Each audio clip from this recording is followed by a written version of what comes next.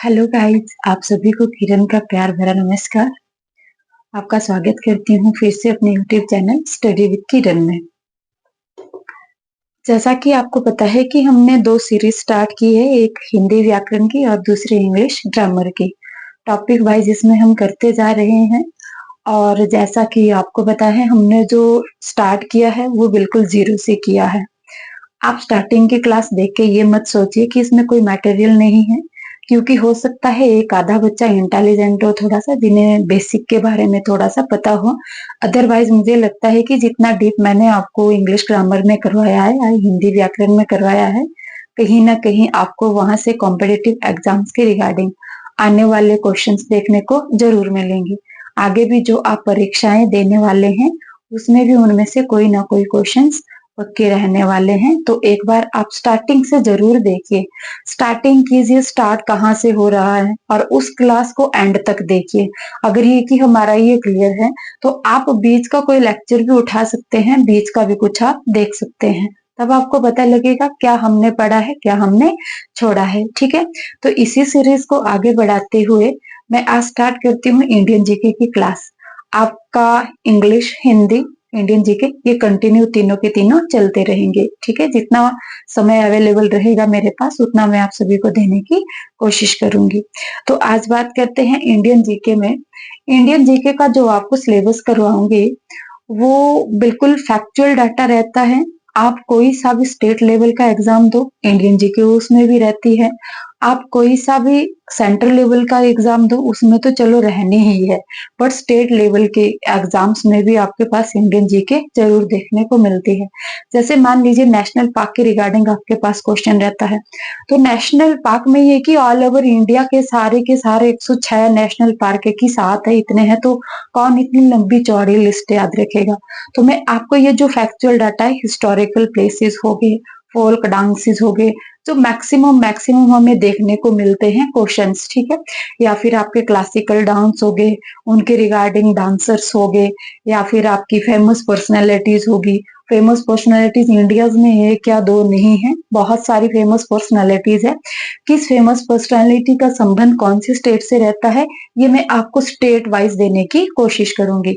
आप एक स्टेट को अगर पूरा लर्न करते हैं, तो मैं इतना गारंटी के साथ कहती हूँ कि हर स्टेट से कहीं ना कहीं किसी ना किसी एग्जाम्स में आपको क्वेश्चन देखने को जरूर मिलेगा। ऐसा तो नहीं है कि स्टेट आपके 28 है और वहां पे जो जीएस का सेक्शन है वो 15 मार्क्स का रहना है, फिर बोलेंगे कि 28 क्वेश्चन तो आए नहीं। तो ऐसा तो जरा भी नहीं होगा, क्योंकि आपको पता है कि 3-4 क्वेश्चन इंडियन जीके से उठाए जाने हैं, 3-4 क्वेश्चन हिस्ट्री के होने हैं, 3-4 क्वेश्चन पॉलिटी के होने हैं। तो ये कुछ पर ये है कि मतलब इसमें से काफी सारे क्वेश्चंस आपको देखने को मिलेंगे और ऐसे भी मिलेंगे जिनके बारे में आज तक आपने नहीं पढ़ा हो। तो शुरू करते हैं हम आज से आपकी इंडियन जीके की क्लास। सबसे पहले इंडिया को देखते हैं, बना कैसा है, इसकी फॉर्मेशन कैसी है। उसके बाद जैसे ही इंडिया के बारे में खत्म हो जाएगा, हम वर्ल्ड जीके भी स्टार्ट कर देंगे, वर्ल्ड जियोग्राफी या वर्ल्ड जीके के बारे में भी स्टार्ट कर देंगे, ठीक है? तो कोशिश करेंगे कि जितना जल्दी हो सकता है सिलेबस को कंप्लीट कर दे। इंटरेस्ट के साथ पढ़ना है, जरा भी बोरिंग नहीं लेना है। अगर आप पढ़ते हुए बोर हो रहे हैं तो उससे अच्छा मेरे आईडी से बुक्स रख दो और आराम से सो जाओ। बोर नहीं होना है, इंटरेस्ट के साथ पढ़ना है। और जो आप थिंग्स को पढ़ते हैं उसमें आपको ध्यान रखना है कि एक स्टोरी सी दिमाग में बिठाकर, ऐसे नहीं है कि मन आपका कहीं और जगह चला गया और फिजिकली आप इधर हो, तो उस टाइप से तो फिर फायदा कोई नहीं है।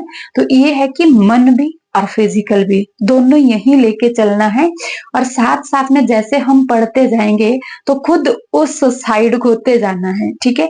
जैसे कि इंडिया का क्या क्या हुआ, कैसे कैसे था, क्या कुछ था, तो उस रिगार्डिंग आप सभी को ध्यान रखना है कि खुद को भी इसी में शामिल करना है, ठीक है? तभी थिंग्स। और जैसे मान लीजिए आज मैंने एक लेक्चर दिया, तो ये नहीं है कि इसको आप पेंडिंग कर दो। तो मैं बता रही फिर से कि आपकी नोटबुक फिर से बुक बन जाएगी और आपको जरा आलस लगेगा याद करने में, लर्न करने में। रिवीजन तो फिर उसको बोलेंगे ही नहीं, उसको तो फिर से लर्न करना पड़ेगा। तो अगर आपके पास एक पेज का एक लेक्चर जाता है, तो कोशिश करनी है कि जब तक आपका दूसरा लेक्चर है तब तक प्रीवियस आपका पूरा का पूरा लर्न होना चाहिए, ठीक है? उसमें आपको कोई प्रॉब्लम नहीं होनी चाहिए। तो ये कि रोज आप अपना एक डेली रूटीन बना ले कि जितना पर लेक्चर जा रहा है कम से कम आप उतना तो याद कर सके। ठीक है, चलो स्टार्ट करते हैं आज इंडियन जीके की क्लास के। जैसे कि आपको दिख रहा होगा इंडियन जीके लेक्चर 1, और आज हम शुरू से पढ़ेंगे। स्टार्ट करते हैं इंडिया एट अ ग्लांस। ठीक है, जिस तरह से पहले से पढ़ते आ रहे हैं हम बेसिक से स्टार्ट करते हैं और धीरे धीरे लेवल को अप लेके जाते हैं, एडवांस लेवल तक लेके जाते हैं। ठीक है,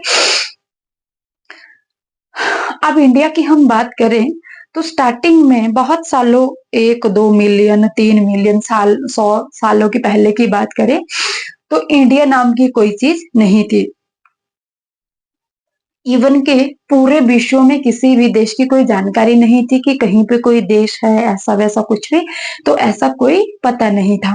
तो सबसे पहले हम पढ़ेंगे कि धरती की जो क्रिएशन हुई है वो आपका जो सबसे पहले है वो क्या था, उसके बाद वो चीजें टूटी होगी तो कैसे कैसे क्या बना। ठीक है, आपको मैं बताना चाहती हूँ कि सबसे पहले इस धरती में, इस दुनिया में, आज तो आप वर्ल्ड पढ़ते हैं उसमें आपके पास 5 आप क्या पढ़ते हैं, महाद्वीप पढ़ते हैं और महासागर पढ़ते हैं। आप 7 महाद्वीप पढ़ते हैं और 5 आप महासागर पढ़ते हैं। पहले क्या था कि आपके पास इस शेप में धरती का बिल्कुल एक ही टुकड़ा बना हुआ था, कुछ इस शेप में। और इसके इर्द गिर्द जो हम बोलते हैं कि अर्थ का जो शेप है, मैं बाद में बताऊंगी कि कौन सा है, इस टाइप से आपकी अर्थ बनी है। तो आपको पता है कि अगर हम लैंड मास की बात करेंगे, लैंड मास मतलब जहां पे आपकी भूमि है, पानी उसमें एडप नहीं है, तो इस टाइप से आपके पास कुछ बना हुआ था पूरी धरती। ठीक है, जैसे जैसे टेक्टोनिक प्लेट्स में दरारें आती गई, भूकंप के कारण, ज्वालामुखी फटने के कारण, तो वो टूटना स्टार्ट होगी। जैसे मान लीजिए ये वाली प्लेट आपकी टूटी, इतनी इतनी सी, ये प्लेट टूटती है तो आपका अफ्रीका बन जाता है। यहाँ वाली ये प्लेट टूटती है तो आपका नॉर्थ एंड साउथ अमेरिका बन जाता है। और ये वाली ये जो प्लेट टूटती है तो आपका एशिया, यूरोप वगैरह बन जाता है। ठीक है, थोड़े थोड़े पार्ट इसके भी टूटते रहे, आगे फिसलते रहे, जिसके कारण ऑस्ट्रेलिया वगैरह, और फिर आपको पता है कि समुद्र के अंदर से भी आपकी जो शैलें उठती है, ऊपर शैल बन जाती है, जैसे कॉरल वगैरह होते हैं उनके कारण उठ जाते हैं, समुद्र के तल से उठ जाते हैं और ऊपर आके उस पे कहीं ना कहीं वनस्पति उगनी स्टार्ट हो जाती है। तो इस तरह से समुद्र के बीच में लैंड मास बनने लगे, भूमि के टुकड़े बनने लगे थे। तो ये जो आपका लैंड था ये पूरा का पूरा, इसको पेंजिया के नाम से जाना जाता था। क्या जाना जाता था? पेंजिया के नाम से जाना जाता था। ये था आपका जो एक ही टुकड़ा था जिसे हम पेंजिया के नाम से जानते थे। अब होता क्या है कि इसमें भी दरारें आने लगी, जैसे मैंने बोला कि टेक्टोनिक प्लेट्स के टूटने के कारण इनमें दरारें आने लगी। और जैसे ही दरारें आने लगी तो यहां से आपका ये साउथ अमेरिका और कहीं ना कहीं इस टाइप में नॉर्थ अमेरिका की फॉर्मेशन होने लगी। और इसकी फॉर्मेशन के बाद आपके पास पता है आपको यहाँ पे ये अफ्रीका की क्रिएशन होने लगी।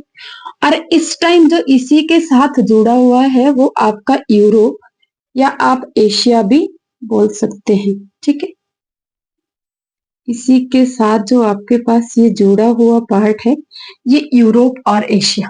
ठीक है, सॉरी, यूरोप, एशिया और नीचे आपका अफ्रीका रहा है। अब कहा जाता है कि पुराने समय में जो भारत है आपका वो इस वाले भूमि के टुकड़े से जुड़ा हुआ था, इस वाले भूमि के टुकड़े से जुड़ा हुआ था। एक भूमि का टुकड़ा ये हो गया, एक ये हो गया, और इसी के साथ कुछ एक पार्ट यहाँ से भी मिला हुआ था। ठीक है, आपको ध्यान रखना है कि ये वाला जो भूमि का टुकड़ा था ये इतना इतना जो भूमि का टुकड़ा था। ठीक है, और ये वाला जो आपके पास यहाँ पे भूमि का टुकड़ा था, ये दो भूमि के टुकड़ों में धरती बंट गई थी। ये जो नीचे वाला पार्ट था इसका नाम गोंडवाना लैंड था। क्या था?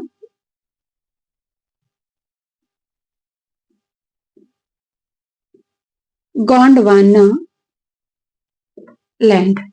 और अपर जो आपका पार्ट था इसका नाम था अंगारा लैंड। अंगारा लैंड। दो भूमि के भागों में धरती आपकी बंटी हुई थी। तो कहीं ना कहीं भारत की बात करते हैं तो ये इसके साथ कहीं ना कहीं चिपका हुआ था। जैसे आपने न्यूज में सुना होगा, काफी समय से न्यूज रह रही है कि अफ्रीका के फिर से इस वाले भाग में दरार आ रही है और ये वाला जो भाग है वो टूट रहा है। ये वाला भाग टूट रहा है और आप सभी को पता है कि अगर ये वाला भाग टूट जाता है तो इधर वाला जो पोर्शन है वो आपके पास बिल्कुल पानी से भरा हुआ है। पानी से भरा हुआ है। यहाँ की टेक्टोनिक प्लेट टूट जाने के कारण ये आपकी प्लेट इस साइड को खिसकेगी, क्योंकि आपके पास जितने जैसे भी यहाँ से भूमि के टुकड़े कटे हैं, टूटे हैं, तो उनके जो सरकने की साइड है वो बिल्कुल इस साइड गई है।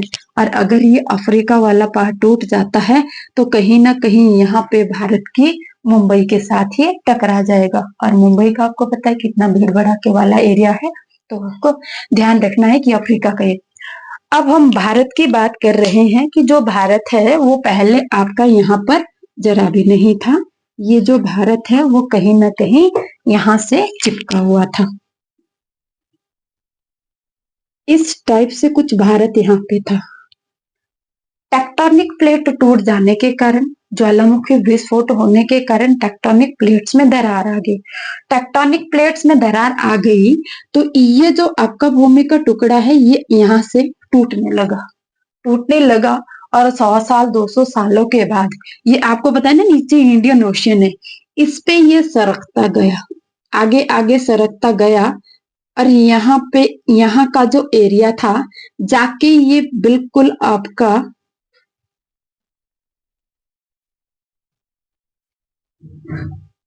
इस टाइप से यहाँ से जा टकराया।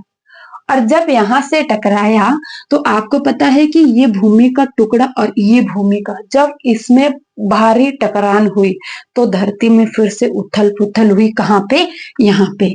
और उथल पुथल हुई तो यहाँ पे ऊंचे ऊंचे पर्वतों का निर्माण होने लगा। ऊंचे ऊंचे पर्वतों का निर्माण हुआ तो निर्मित हुआ आपका हिमालय पर्वत। तो हिमालय पर्वत की जो फॉर्मेशन है वो इसलिए हुई है क्योंकि यहाँ से जब ये अर्थ का टुकड़ा लैंडमास से टकराता गया इस वाले यहाँ से, तो यहाँ पे एक भारी उथल पुथल हुई जिसके कारण हिमालय का निर्माण हुआ। अब ये पढ़ाना मेरा एम था कि जो आपके पास क्वेश्चन पूछा जाता है, बहुत बारी क्वेश्चन पूछा गया है, वो ये पूछा जाता है कि भारत किस लैंड का भाग था। और कैसे पूछा जाएगा?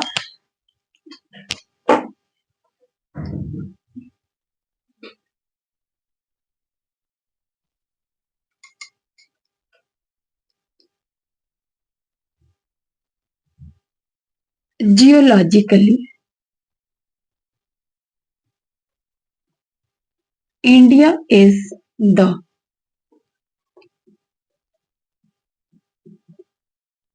पार्ट ऑफ, कि जियोलॉजिकली या हिंदी में इसको भूगार्विक रूप से बोला जाता है कि अगर हम भूगार्विक रूप से बात करें तो भारत किस लैंड का भाग था। ठीक है, आपको याद रखना है या तो आपके पास गोंडवाना लैंड दिया होगा, अगर गोंडवाना नहीं होगा तो पैंजिया। अब पैंजिया की हम बात करें तो वो तो पूरी अर्थ थी, ये एक लैंड मास था।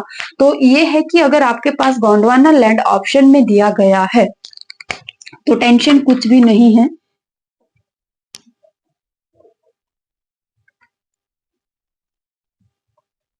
आप लिखेंगे गोंडवाना लैंड। अगर ये नहीं दिया गया है तो पेंजिया लिखा होगा, उसको सही कर देना है।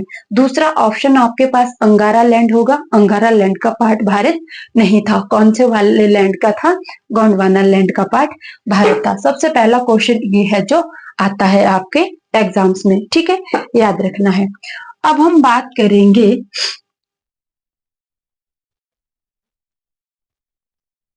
Location of India in the world. ठीक है, पूछा जाता है कि भारत की विश्व में स्थिति भारत की विश्व में स्थिति क्या है। अब विश्व की हम बात करें तो फिर से हमारे पास विश्व तो ये वाला हो जाता है, ये वाला विश्व है, इसको हम गोला कहते हैं। और इस गोले को जब हम टू पार्ट्स में बांट देते हैं, अब बांटना क्यों है, बांटना इसलिए है क्योंकि अर्थ के जीरो पॉइंट को भी फाइंड आउट करना है। तो जीरो पॉइंट को फाइंड आउट वहां से करेंगे जहां से अर्थ की एक ऐसी रेखा जो अर्थ को दो बराबर भागों में विभाजित करती है, अगर बराबर भागों में विभाजित कर रही है, इसका मतलब है कि ये आपके 0 डिग्री लाइन है, जिसको आप विषुवत रेखा भी कहते हैं, इक्वेटर भी कहते हैं, भूमध्य रेखा भी कहते हैं। यही वो सारी की सारी रेखा है। ठीक है, इसके बारे में मैं आपको वर्ल्ड जीके में पढ़ाऊंगी, तो वर्ल्ड जीके का लेक्चर स्टार्ट होगा। अभी खाली मुझे इंडिया का प्लेस बताना है कि इंडिया कहाँ जैसे स्थित है। ठीक है, जब एक गोले को हम टू पार्ट्स में बांट देते हैं तो आधा गोला इधर रहा, आधा गोला इधर रहा, आधे गोले को हम गोलार्ध कहते हैं। क्या कहते हैं? गोलार्ध कहते हैं। अब इस तरह से इस गोले को हमने दो भागों में बांटा, तो इसको हम उत्तरी गोलार्ध बोलेंगे, उत्तरी गोलार्ध। और उत्तरी गोलार्ध को अगर इंग्लिश में हम बात करें, नदन बोलते हैं बेटा, नदन हेमिस्फीयर कहा जाता है। आपको पता है ना, ये उत्तर की दिशा होती है। नीचे की बात करेंगे तो आपके पास दक्षिणी गोलार्ध आ जाएगा, दक्षिण गोलार्ध। इसको सदर्न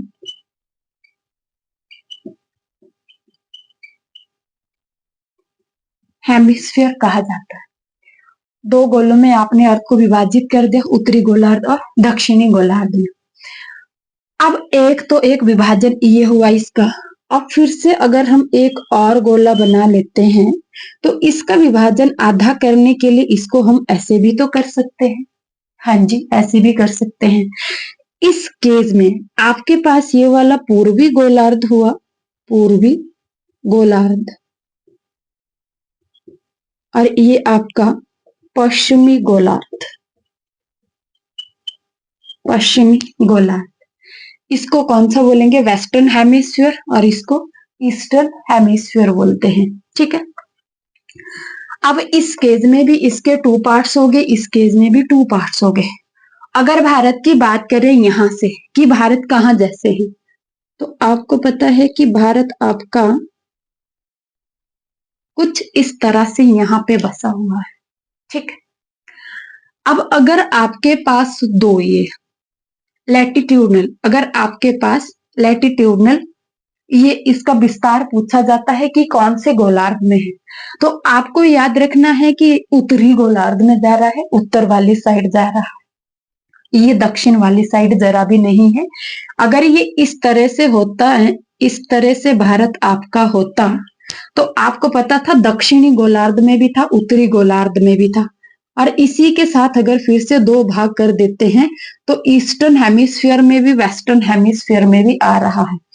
बट भारत यहाँ नहीं है, भारत एक्यूरेट वहां पे है जहां पे हमने बनाया है। अब आपसे कोई क्वेश्चन पूछे, दो दो दिशाएं आपके पास दी हुई है कि भारत कौन से गोलार्ध में स्थित है, तो आपको दिख रहा है कि यहां से उत्तरी गोलार्ध है और ये वाला ईस्टर्न हेमिस्फीयर, ईस्टर्न हेमिस्फीयर। तो यहां से उत्तरी गोलार्ध में है, यहां से पूर्वी गोलार्ध में है। पूर्वी गोलार्ध यहां से पश्चिमी शुरू होता है, यहां से परे को पूर्वी गोलार्ध शुरू होता है।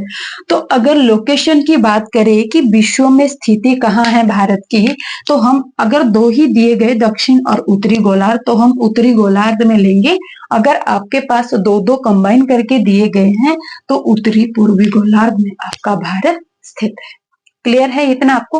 तो अब हम लिखते हैं कि विश्व के अकॉर्डिंग या वर्ल्ड या ग्लोब, ठीक है, ग्लोब के अकॉर्डिंग भारत की स्थिति आपसे पूछी जाती है तो ये कहाँ स्थित है? तो आपको याद रखना है कि भारत की लोकेशन में हम इसको किस गोलार्ध में पढ़ा था? उत्तरी पूर्वी, उत्तरी पूर्वी गोलार्ध। यहां से आप नॉर्दर्न ईस्टर्न हेमिस्फीयर में इसकी स्थिति लिख सकते हैं। क्लियर है सभी को इतना? ये थी आपकी भारत की लोकेशन। कहाँ पे भारत की लोकेशन दी है हमने? ये दी है ऑल द वर्ल्ड। अब नेक्स्ट क्वेश्चन आपको पूछा जाता है कि भारत एशिया के किस डायरेक्शन में है या किस दिशा में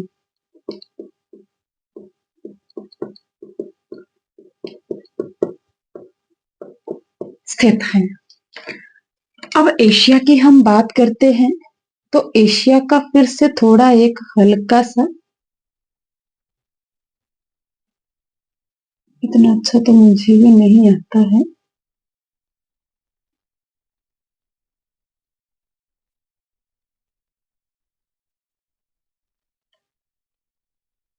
यहां से आगे ये निकल जाता है अलास्का के लिए। पूछा जाता है कि भारत एशिया के किस दिशा में स्थित है। अगर ऐसा क्वेश्चन आए तो एशिया का थोड़ा सा मैप बना, इसको चारों दिशाओं में बांट दो। ये उत्तर हो गया, ये पूर्व हो गया, ये पश्चिम हो गया।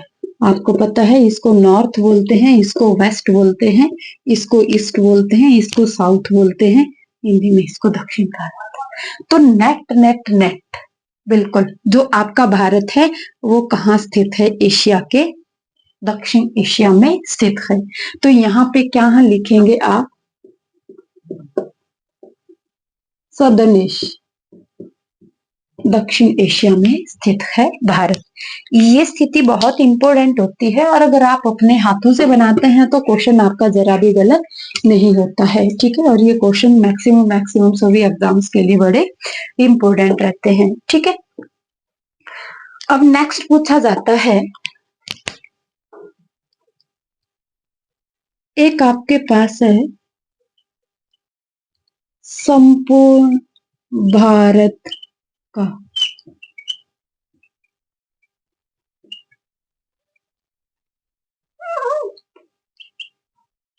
भौगोलिक विस्तार।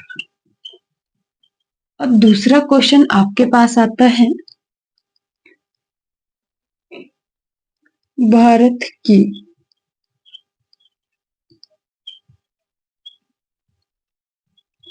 मुख्य भूमिका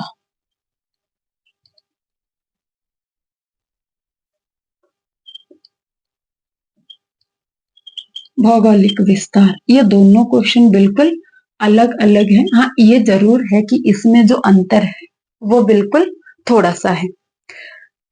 अब पहले मेरे आइडिया से इसको लिख देते हैं कि कहाँ कहाँ ये आपके पास विस्तार रहने वाला है और फिर उसके बाद मैं आपको समझाती हूँ कि किस तरह से ये विस्तार रहता है। ठीक है, अब कहीं से भी आप शुरू कर सकते हैं, ईस्ट से करो चाहे वेस्ट से करो। ठीक है, भारत की मैंने आपको स्थिति बताई थी, उस स्थिति को आपने याद रखना है। ठीक है, इसके विस्तार की हम बात करते हैं, कौन सा है? ये संपूर्ण विस्तार है, 6 डिग्री 8 मिनट। इसके पीछे आपने एन लिखना है, एन डिनोट करता है north.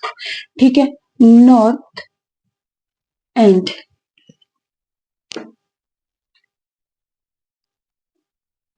37 degree 6 minute north to 68 degree 7 minute and 98 degree 98 नहीं बेटा 97 डिग्री 25 मिनट। इधर भी ईस्ट कर देना है, इधर भी ईस्ट कर देना है। ये आपके पास रहता है होल जियोग्राफिकल डायरेक्शंस ऑफ या whole geographical extension of India. ठीक है, अब मेन लैंड की हम बात करेंगे तो बाकी तो आपका सेम टू सेम रहेगा सारे का सारा, यहाँ से थोड़ा चेंज हो जाएगा। यहाँ पे आपके पास आएगा 8 डिग्री 4 मिनट, एन इसके पीछे भी आना है, नॉर्थ एंड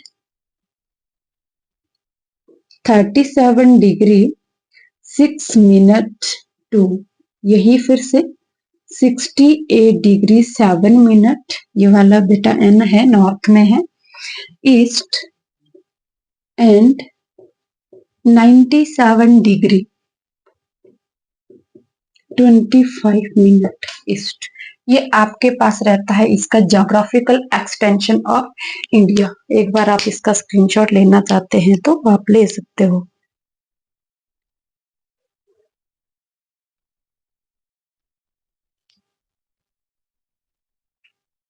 अब इसको डिफाइन करते हैं कि ये किस तरह से आपके पास बना है। एक बार फिर से पढ़ता है कि जियोलॉजिकली अगर हम बात करते हैं तो जो भूगर्भिक दृष्टि से भारत है वो कौन से लैंड का भाग है, गोंडवाना लैंड का भाग है, याद रखना है। वर्ल्ड या ग्लोब में भारत की स्थिति उत्तरी पूर्वी गोलार्ध में स्थित है।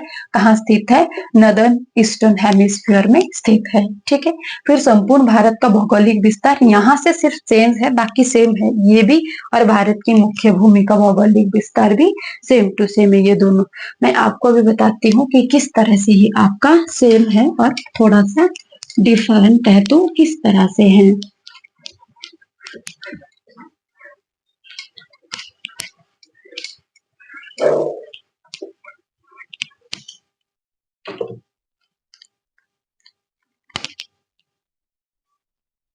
थोड़ा सा भारत का मैप बना लेते हैं और आप भी कोशिश करना कि मैक्सिमम टाइम जब भी मैप की जरूरत पड़ती है तो आप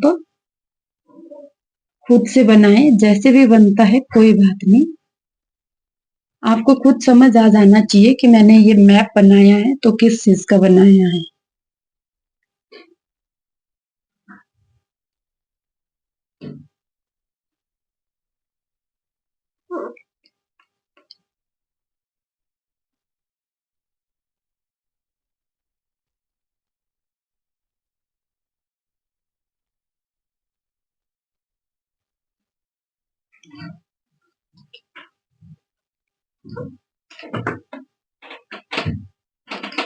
थोड़ा सा टेढ़ा टूढ़ा जैसे भी बन गया है कोई बात नहीं। और यहाँ से हम बात करते हैं,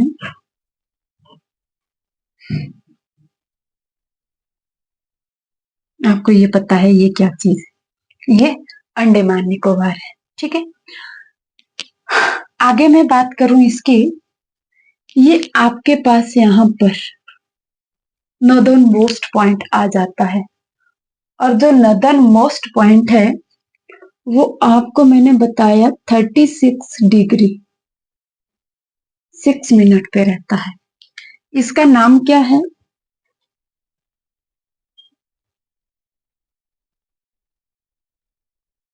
इंदिरा कॉल।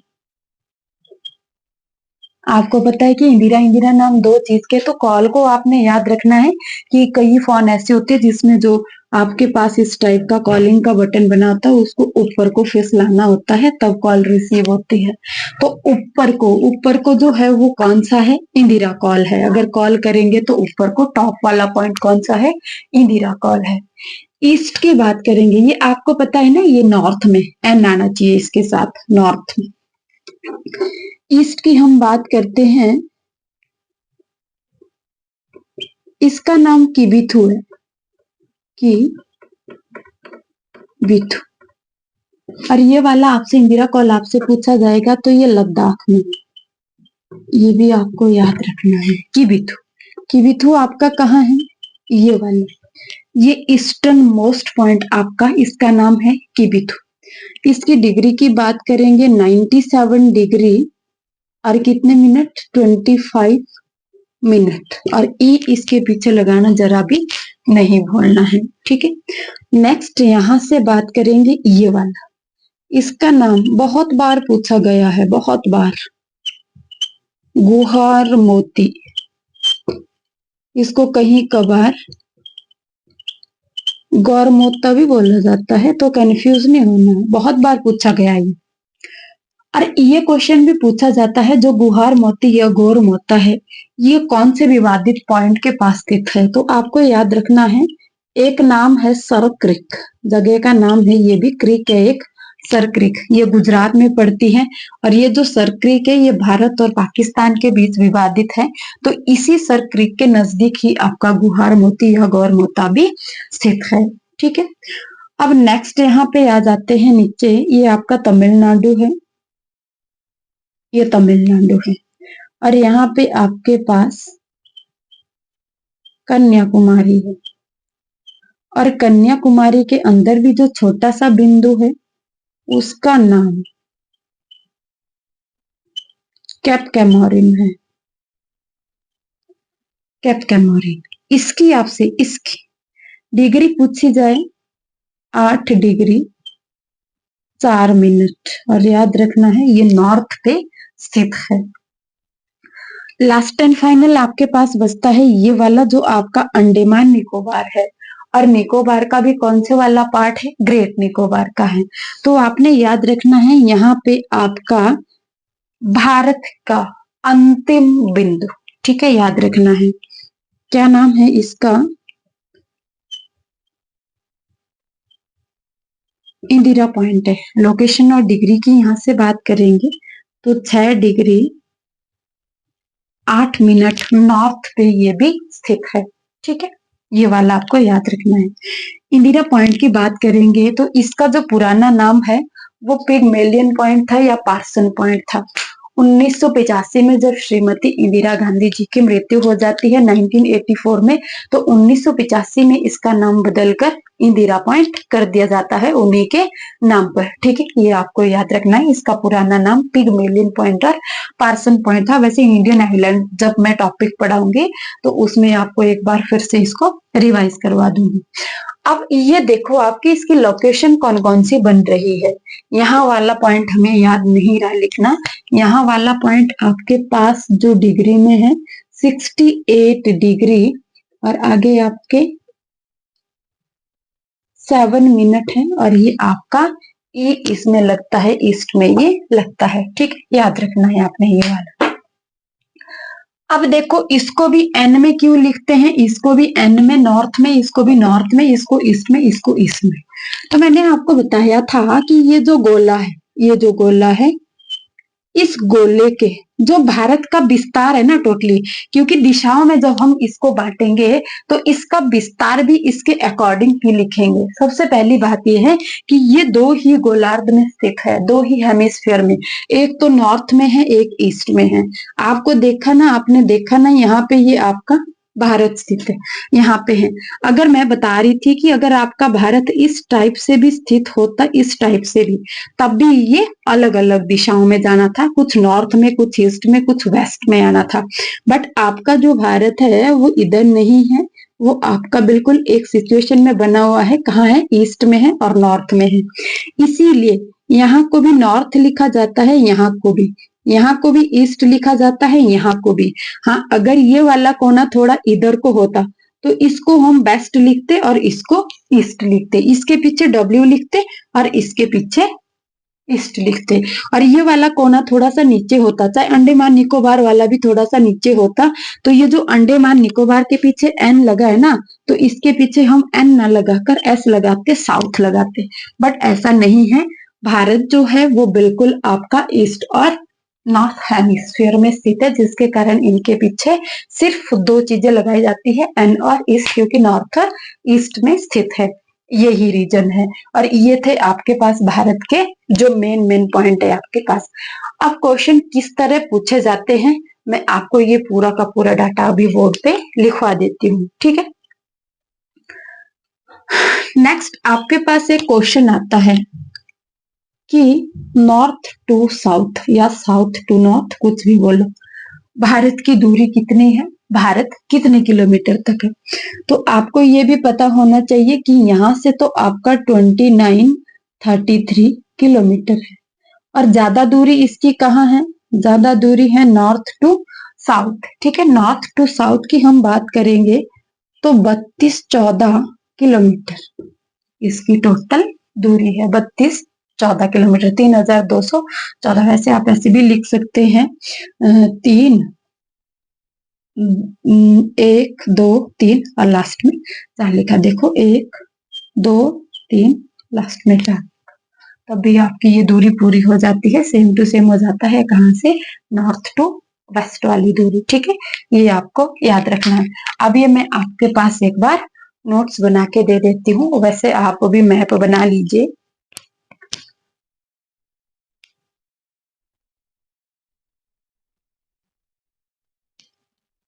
मैपिंग आपने साथ के साथ करनी है। अगर आप मैपिंग नहीं करेंगे तो पॉइंट्स भूल जाते हैं, याद नहीं रहते हैं। और अगर आप मैपिंग भी करते हो तो लर्न करने के लिए भी इजी और रिवाइज करने के लिए भी इजी, एकदम मस्त। ठीक है, अब क्वेश्चन आपके पास कैसे आते हैं।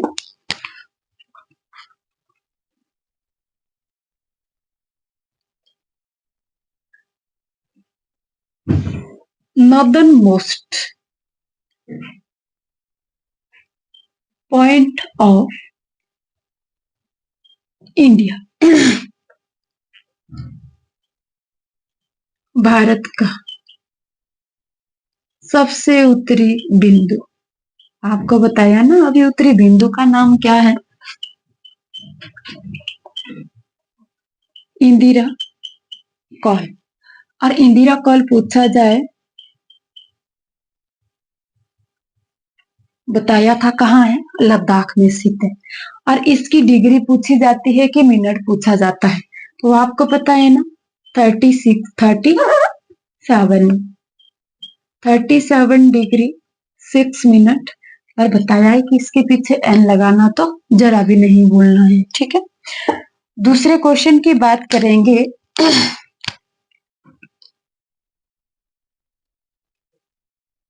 Eastern most point of India, eastern most इधर वाला जो लिखा था हमने, भारत का अंतिम पूर्वी बिंदु कौन से वाला है, की बिथु।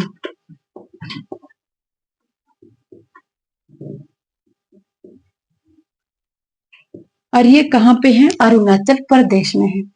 अरुणाचल प्रदेश के साथ जहां पर 3 देशों की बाउंड्री मिलती है, म्यांमार की, भारत की और चाइना की बाउंड्री मिलती है, वहीं पे ये किबिथु आपका बिंदु है, जो भारत का कौन सा है, ईस्टर्न मोस्ट पॉइंट है। और ईस्टर्न मोस्ट पॉइंट वाले बिंदु की हम बात करेंगे तो यहाँ की जो डिग्री है 97 डिग्री 25 मिनट।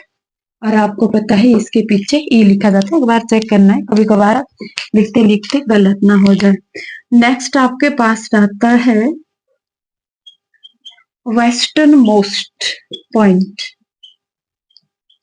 Of India.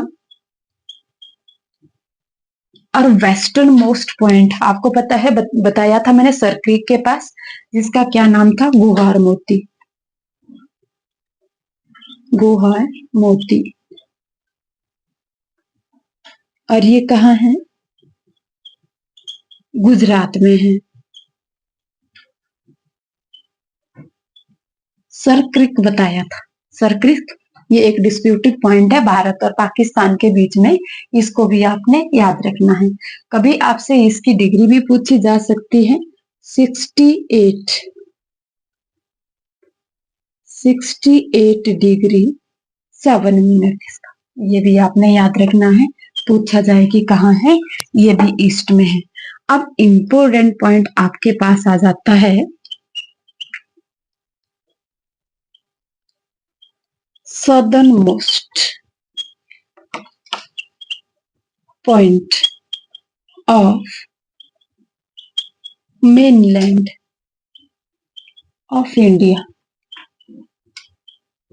एक क्वेश्चन है कि भारत की मुख्य भूमि का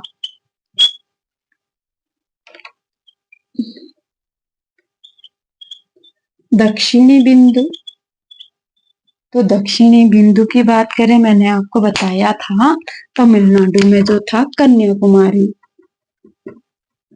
और कभी इसके भी अंदर जाके पूछा जाता है, तो मैंने बताया था कि इसका नाम है कैप कैमोरिन। कैप कैमोरिन बताया कि कहाँ है, तमिलनाडु में है।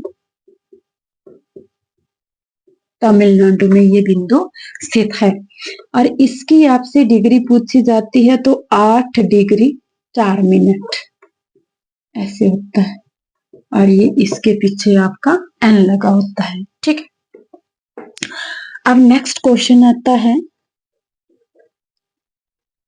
Southernmost point of whole India.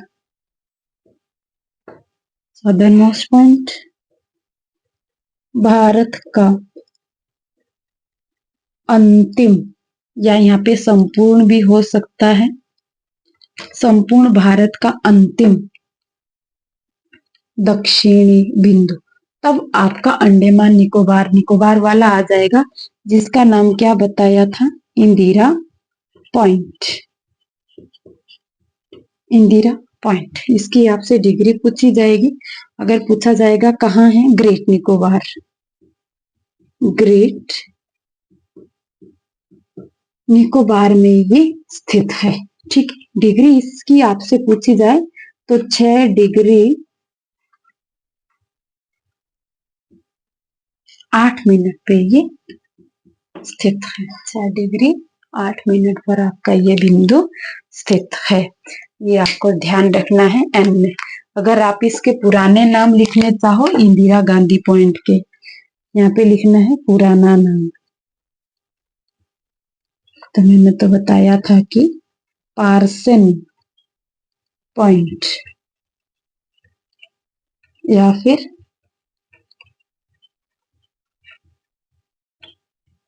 Pygmalion point, ये इसके पुराने नाम थे। 1985 में इंदिरा पॉइंट किया गया था श्रीमती इंदिरा गांधी के नाम पे, जो हमारे देश की पहली महिला प्रधानमंत्री बनी थी। चलो कमेंट बॉक्स में मुझे बताएंगे कि श्रीमती इंदिरा गांधी जी भारत की पहली महिला प्रधानमंत्री कब चुनी गई थी, किस वर्ष चुनी गई थी, ठीक है। ये आपके लिए आज का क्वेश्चन है। एक बार इसका स्क्रीनशॉट लेना है तो ले लीजिए।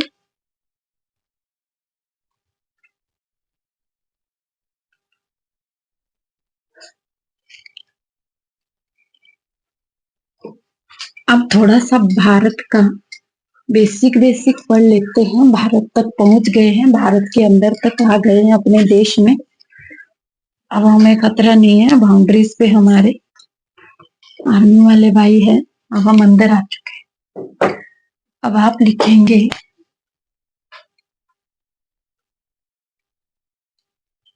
भारत का कुल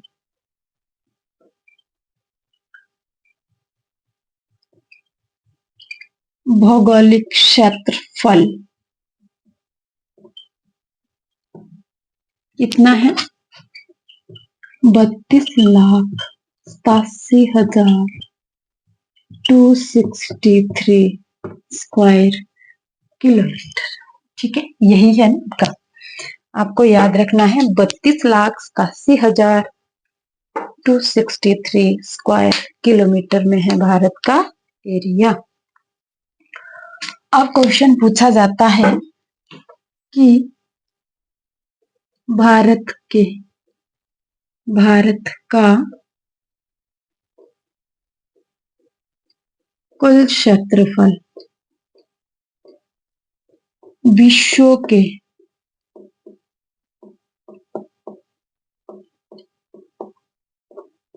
क्षेत्रफल का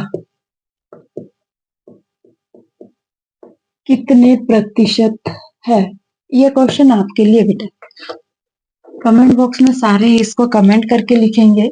देखते हैं जरा कितने व्यूज आते हैं और कितने आप आंसर करते हैं, कितने लोगों को पता है, क्या सभी के द्वारा दिया गया एक ही आंसर है या डिफरेंट है। तो उन डिफरेंट आंसर में से एक को कैसे फाइंड आउट करना है वो आपको मैं बताऊंगी। इसका आंसर आप मुझे कमेंट बॉक्स में करेंगे, ठीक है। अब नेक्स्ट क्वेश्चन आता है कि area wise rank of India in the world.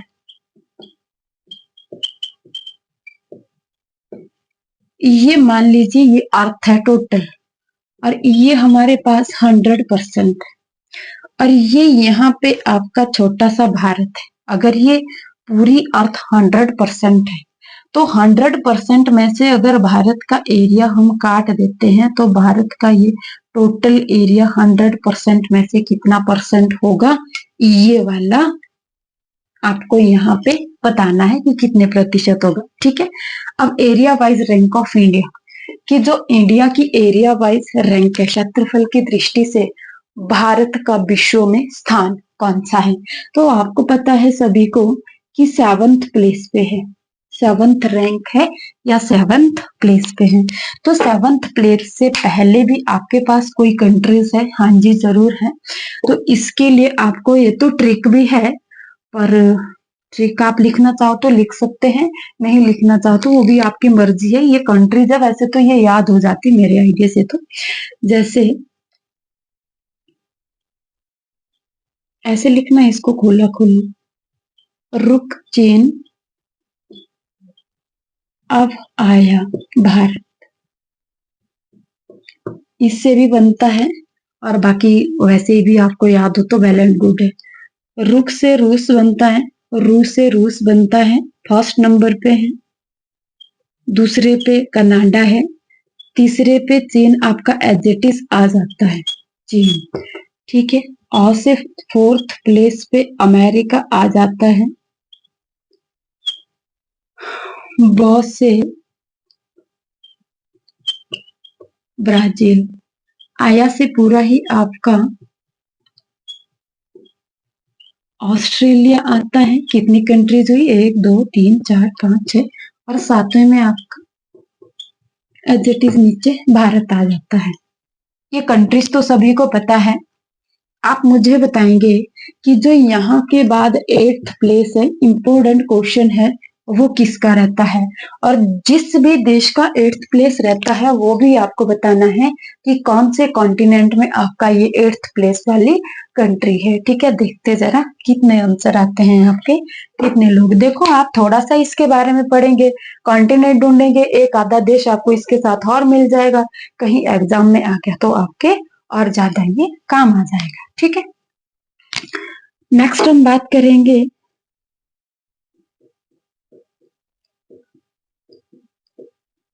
Population wise rank of India in the world. तो ये अलग अलग है आपकी। 2011 की हम बात करें तो इसकी पोजीशन सेकंड थी, और 2022 या 2024 की बात करें तो इंडिया आपका फर्स्ट रैंक पे आ गया है। ठीक है, इंडिया जो फर्स्ट रैंक पे आया है 2011 में, जो विश्व की जनसंख्या का है, ये आपके पास 17.5% थी। अगर वर्ल्ड की पॉपुलेशन 100% है तो भारत की पॉपुलेशन 17% 5 थी। और यहाँ पे 2024 की हम बात करते हैं तो ऐसे ये डाटे थोड़े इतने ज्यादा ये तो मुझे नहीं लग रहे, और आपको पूछा भी नहीं जाएगा 2024 के अकॉर्डिंग। तो डाटे अभी फिलहाल आपसे 2011 के ही पूछे जाते हैं। ठीक है, तो इसके अकॉर्डिंग तो सेकंड प्लेस पे था, और 2024 के अकॉर्डिंग ये फर्स्ट प्लेस में आ गया है आपका भारत, जनसंख्या के हिसाब से। दूसरे नंबर की हम बात करते हैं जनसंख्या के हिसाब से। तो देखो, दूसरे नंबर पे एक जगह हम भारत को लेंगे, 2011 के अकॉर्डिंग भारत को लेंगे, 2011 की ही हम बात करते हैं। तो दूसरे नंबर पे, पहले नंबर पे यहाँ पे चीन था, और दूसरे नंबर पे यहाँ पे भारत है। ठीक है, ये। और थर्ड नंबर की हम बात करेंगे तो थर्ड नंबर पे अमेरिका है, और फोर्थ प्लेस की आप बात करेंगे तो फोर्थ प्लेस में आपके पास इंडोनेशिया आ जाता है। इंडोनेशिया तो नहीं है, मलेशिया है, मलेशिया है मे बी। और फिफ्थ प्लेस आपका पाकिस्तान का आ जाता है। देखो, पाकिस्तान भी इतना सा है, और जनसंख्या के मामले में ये भी आगे निकल रहा है। तो ये था आपके पास थोड़ा सा डाटा। किसका? भारत का। एक नजर आप इस पे मारना चाहेंगे तो मारिए।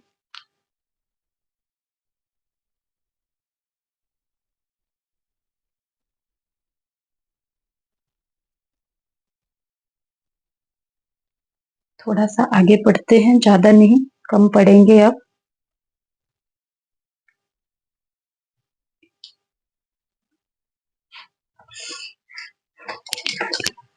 अब ये आपका थोड़ा सा लेवल में था, लो लेवल का था। अब हम थोड़ा सा मीडियम ले जाते हैं।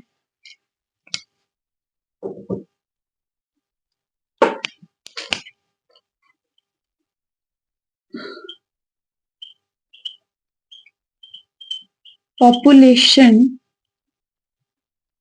Density of India.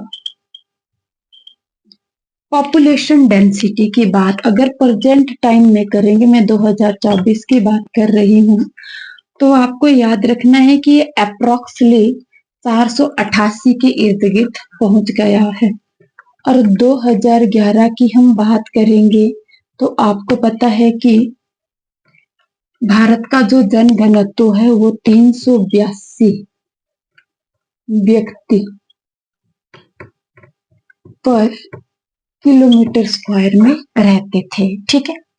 और कभी आपसे पता कब का पूछा जाता है? जब भारत आजाद हुआ था 1951 में, जब जनगणना हुई थी। मोस्ट इंपोर्टेंट क्वेश्चन है, याद रखना है कि तब इसकी पॉपुलेशन डेंसिटी कितनी थी, भारत का जनघनत्व कितना था। याद रखना है 117 किलोमीटर स्क्वायर। और ये भी याद रखना है व्यक्ति वाला, पर व्यक्ति आता है इसका, व्यक्ति पर किलोमीटर स्क्वायर, कि 1 किलोमीटर स्क्वायर के अंदर 1951 में 117 रहते थे, 2011 में 382 थे, 2024 की बात करें तो 488 हो गए। बड़ी दुख की बात है, इतनी ज्यादा पॉपुलेशन डेंसिटी बढ़ रही है। ठीक है। आगे 2040-50 तक आते आते तो पता नहीं क्या हद हो जाएगी। ठीक है। आपको ध्यान रखना है कि ये तीनों की तीनों चीजें याद रखनी है 2011, 24 और 51 के according population density of India. ठीक है। बहुत बार ये क्वेश्चन पूछे गए।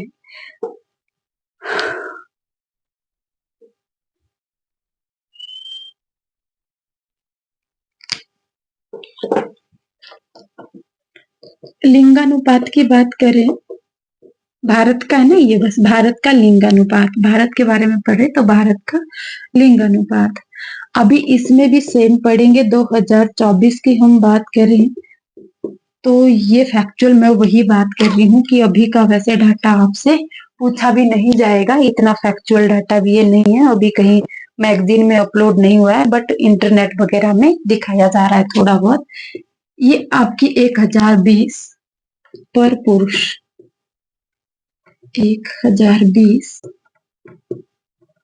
महिलाएं पर पुरुष,